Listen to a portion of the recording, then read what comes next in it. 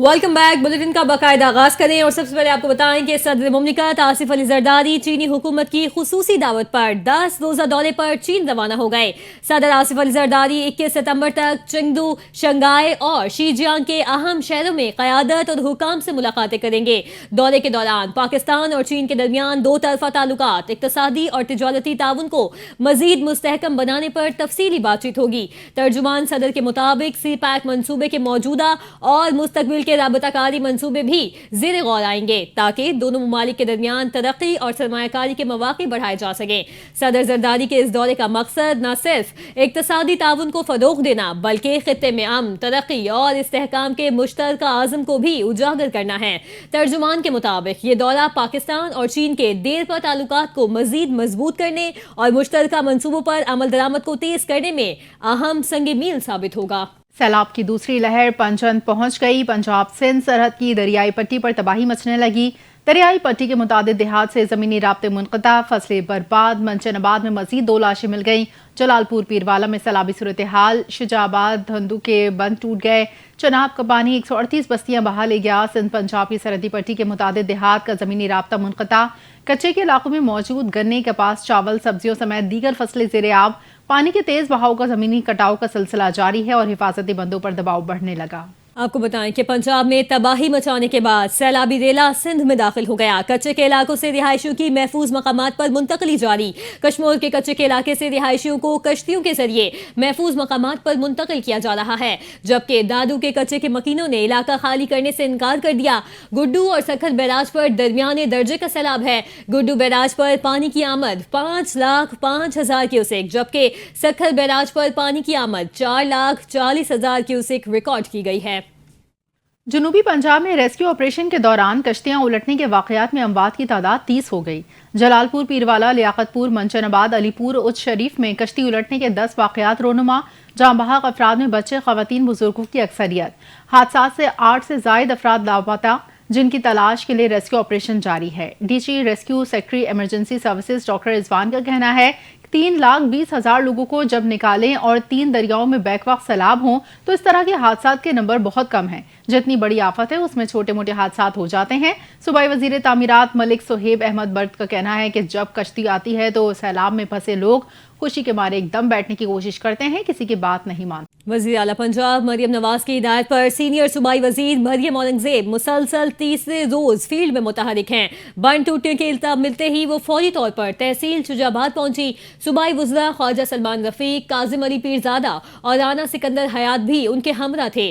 Senior صوبائی وزیر نے شگاف کے باعث جاری امدادی کارروائیوں کی نگرانی کی اور بریفنگ لی. انہوں نے گردیز پور نالے پر بھی سیلابی صورتحال کا جائزہ لیا. انتظامیہ کے مطابق موزہ دھوندو میں پڑنے والے شگاف کو پر کرنے کا آپریشن جاری ہے، جبکہ ملحقہ آبادیوں کو خالی کروایا جا رہا ہے. مریم اورنگزیب کا کہنا تھا کہ جلال پور پیروالا کے سیلابی علاقوں سے مکینوں کو ریکارڈ وقت میں منتقل کیا گیا. شہری محفوظ مقامات پر منتقل ہو کر اپنی جان کی حفاظت یقینی بنائیں. انہوں نے یقین دہانی کروائی کہ سیلابی پانی اترتے ہی متاثرین کے نقصانات کے ازالے کے لیے پنجاب حکومت اقدامات کرے گی. کمشنر ملتان ڈویژن عامر کریم خان اور ممبر صوبائی اسمبلی رانا قاسم نون بھی اس موقع پر ان کے ہمراہ موجود تھے.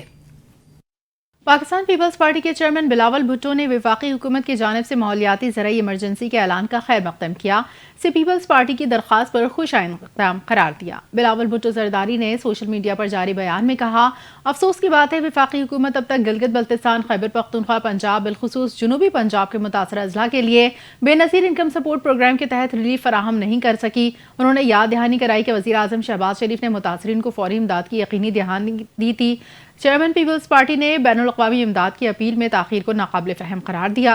کہا دنیا بھر میں آفات کے ابتدائی 72 گھنٹوں کے دوران عالمی برادری سے مدد کی اپیل ایک معمول کی پریکٹس ہے، جیسا کہ 2022 کے سیلاب کے دوران کیا گیا تھا. بلاول نے زور دیا کہ بین الاقوامی امداد کی اپیل نہ کر کے کروڑوں متاثرہ پاکستانیوں کو محروم رکھنا درست نہیں.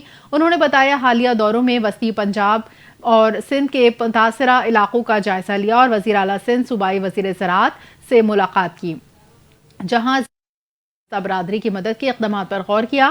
بلاول بھٹو نے کہا کہ سیلاب سے سب سے زیادہ زراعت کا شعبہ متاثر ہوا اور وفاقی حکومت سے توقع ہے کہ وہ اس شعبے کی بحالی میں پیپلز پارٹی کے اقدامات میں بھرپور تعاون کرے گی.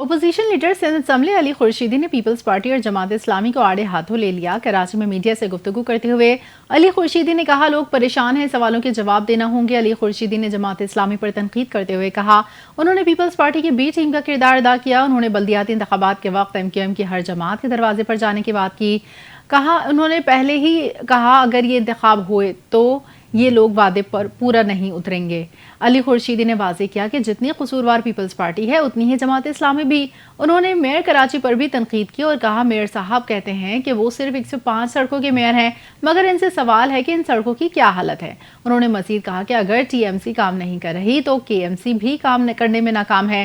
ناتا خان پل کئی بار ٹوٹ چکا ہے۔ شہر کے پوڈری اور نشئی میئر کراچی کی ہدایت کو چیلنج کرتے ہیں۔ علی خورشیدی نے کہا کہ 2022 میں ہی واضح کر دیا تھا کہ موجودہ نظام مسائل کا حل نہیں نکال سکتا۔ آگے بڑھیں اور آپ کو بتائیں کہ پاکستان اور بحرین نے انسداد منشیات کے شعبے میں تعاون مزید بڑھانے پر اتفاق کر لیا۔ بحرین کے وزیر داخلہ lieutenant general Rashid bin Abdullah Al Khalifa 10 رکنی وفد کے ہمراہ A N F headquarter Rawalpindi پہنچے۔ مہمان وفد کو D G A N F major general Abdul Moeed نے ادارے کی انسداد منشیات کی کامیابیوں، حالیہ آپریشنز اور خطے میں منشیات کی اسمگلنگ کے چیلنجز پر تفصیلی بریفنگ دی۔ بحرینی وزیر داخلہ نے اے این ایف کی کارکردگی کو سراہا اور کہا کہ بحرین پاکستان کے ساتھ تربیت اور ٹیکنیکل شعبوں میں تعاون بڑھانے کا خواہاں ہے۔ دونوں ممالک نے اتفاق کیا کہ عالمی سطح پر منشیات کے خاتمے کے لیے مربوط حکمت عملی اپنائی جائے اور مستقبل میں مشترکہ اقدامات کو مزید مؤثر بنایا جائے گا۔ یہاں اپنے ناظرین کو بتائیں کہ انسداد دہشت گردی عدالت لاہور نے 5 اکتوبر پولیس پر مبینہ تشدد اور جلاؤ گھراؤ کیس میں علیمہ خان اور عظمہ خان کی عبوری ضمانت میں توسیع کر دی ہے۔ سماعت اے ٹی سی کے جج منظر علی گل نے بانی پی ٹی آئی کی بہنوں علیمہ خان اور عظمہ خان کی عبوری ضمانت کی درخواستوں پر کی۔ سماعت کے دوران علیمہ خان اور عظمہ خان کی جانب سے ایک روزہ حاضری موافق کی درخواست جمع کروائی گئی۔ درخواست میں موقف اختیار کیا گیا کہ علیمہ خان اور عظمہ خان اسلام آباد میں ہیں، جہاں بانی پی ٹی آئی سے ملاقات اور کیس کی سماعت کے سلسلے میں گئی ہوئی ہیں۔ بعد ازاں عدالت نے مقدمے کا ریکارڈ پیش نہ ہونے پر سماعت 17 اکتوبر تک ملتوی کر دی ہے۔ دونوں کی عبوری ضمانت میں بھی اسی تاریخ تک توسیع کی گئی ہے۔ ساتھ ہی دونوں کی عدالت سے حاضری معافی کی درخواست بھی منظور کر لی گئی۔ 1965 کی جنگ کے ہیرو میجر عزیز بھٹی شہید کا آج 60واں یوم شہادت منایا جا رہا ہے۔ قوم اپنے اس بہادر سپوت کو سلام پیش کر رہی ہے جس نے جرأت شجاعت کی لازوال داستان رقم کی۔ میجر عزیز بھٹی 1928 میں ہانگ کانگ میں پیدا ہوئے اور قیام پاکستان کے بعد اپنے خاندان کے ساتھ گجرات کے گاؤں لادیا میں آ بسے۔ فوج میں کمیشن حاصل کرنے کے بعد انہوں نے 17 پنجاب رجمنٹ میں خدمات انجام دیں۔ ستمبر 1965 کی جنگ کے دوران جب دشمن نے لاہور کے محاذ پر حملہ کیا تو میجر عزیز بھٹی کو برکی سیکٹر کا دفاع سونپا گیا۔ بطور کمپنی کمانڈر وہ خود اپنی فوج کے ساتھ فرنٹ لائن پر ڈٹے رہے اور 6 دن اور راتیں دشمن کی ہر پیش قدمی کے آگے سیسا پلائی دیوار بنے رہے۔ 12 ستمبر کو دشمن کے ٹینک کا گولہ لگنے سے وہ جام شہادت نوش کر گئے۔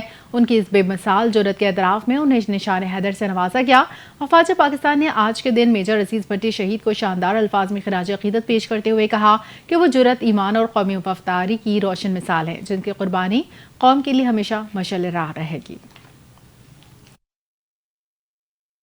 آپ کو بتائیں کہ گورنر سندھ کامران خان ٹیسوری کا بیجنگ میں وزارت داخلہ کے دفتر کا دورہ، پاکستانی سفارت خانے کے اکنامک منسٹر اور سفارتی عملہ بھی ساتھ موجود تھا۔ چینی وزارت تجارت کے اعلیٰ حکام نے گورنر کو پاک چین طے شدہ ایم او یوز اور معاہدوں کی پیشرفت سے آگاہ کیا۔ اس ملاقات میں دو طرفہ تجارتی تعلقات اور اقتصادی تعاون کو مزید فروغ دینے پر زور دیا گیا۔ پاک چین معاشی شراکت داری کو مضبوط بنانے کو سنگ میل قرار دیتے ہوئے سرمایہ کاری اور نئے اشتراکی منصوبوں کے امکانات پر بھی تفصیلی تبادلہ خیال کیا گیا۔ عمان کے قریب غیر قانونی تارکین وطن کی ایک کشتی حادثے کا شکار، کشتی میں سوار 19 پاکستانی شہری تاحال لاپتہ، جبکہ ایک شخص کو زندہ بچا لیا گیا۔ ایف آئی اے کی ابتدائی رپورٹ کے مطابق 20 پاکستانیوں پر مشتمل کشتی 7 ستمبر کو گوادر سے ایران کے راستے عمان کے لیے روانہ ہوئی تھی۔ سفر کے دوران کشتی کو شدید طوفانی موسم کا سامنا ہوا اور اس دوران کشتی میں گیس سلنڈر پھٹنے سے آگ لگ گئی۔ آگ کے باعث تمام مسافر کشتی سے سمندر میں کود گئے۔ حادثے میں صرف ایک پاکستانی شہری حامد اللہ خان کو ایک بحری جہاز نے بچایا جسے عمانی حکام نے حراست میں لے لیا۔ پاکستانی سفارت خانہ اس کی وطن واپسی کے لیے عمانی حکام سے رابطے میں ہیں۔ بچ جانے والے فرد نے اپنے 19 ساتھیوں میں سے 11 افراد کی شناخت فراہم کی، جبکہ باقی لاپتہ افراد کے بارے میں مزید معلومات کے لیے پاکستانی وزارت خارجہ عمانی وزارت خارجہ سے رابطے میں ہے۔ وزارت خارجہ اور ایف آئی اے کے مطابق واقعے کی مزید تفصیلات کا انتظار ہے، جبکہ پاکستانی مشن عمانی پولیس اور امیگریشن حکام سے مسلسل رابطے میں ہے۔